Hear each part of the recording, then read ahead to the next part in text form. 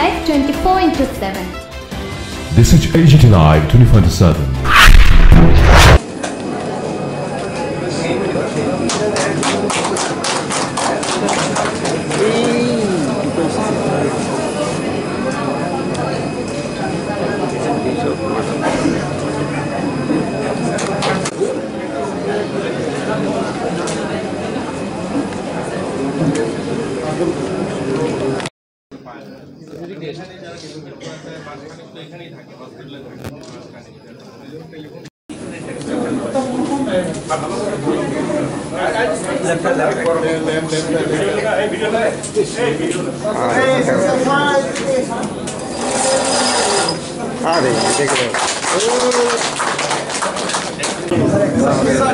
দাদা একটু দাঁড়ান।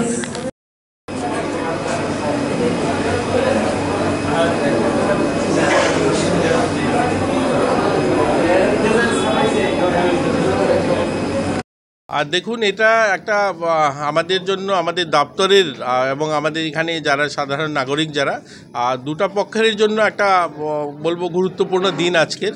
আমরা দেখেছি আমাদের এখানে যারা ক্যান্সার পেশেন্টরা অ্যাডমিশন হন বা চিকিৎসা করাতে আসেন, আসার পরে চিকিৎসা সারিয়ে তারা মাসখানিক পরে গিয়ে দরখাস্ত জমা দেন এবং সেই জমাটা হয় সিডিপিও অফিসে।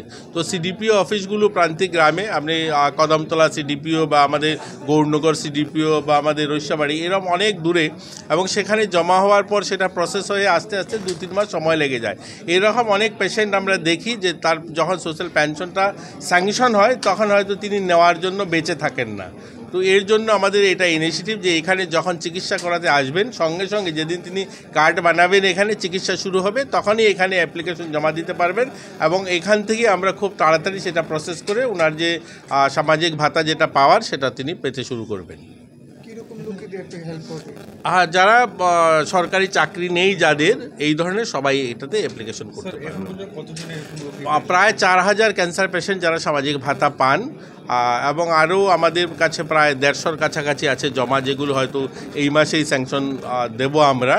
আর এখান থেকে তো আজ থেকে শুরু হবে, এখানেই জমা নেওয়া হবে। 2000 টাকা মাসে পাবে। একটাই যে আমরা যারা ক্যান্সার পেশেন্ট তাদের একটাই ঈশ্বরের কাছে প্রার্থনা করব তারা তাড়াতাড়ি যেন সেরে ওঠেন।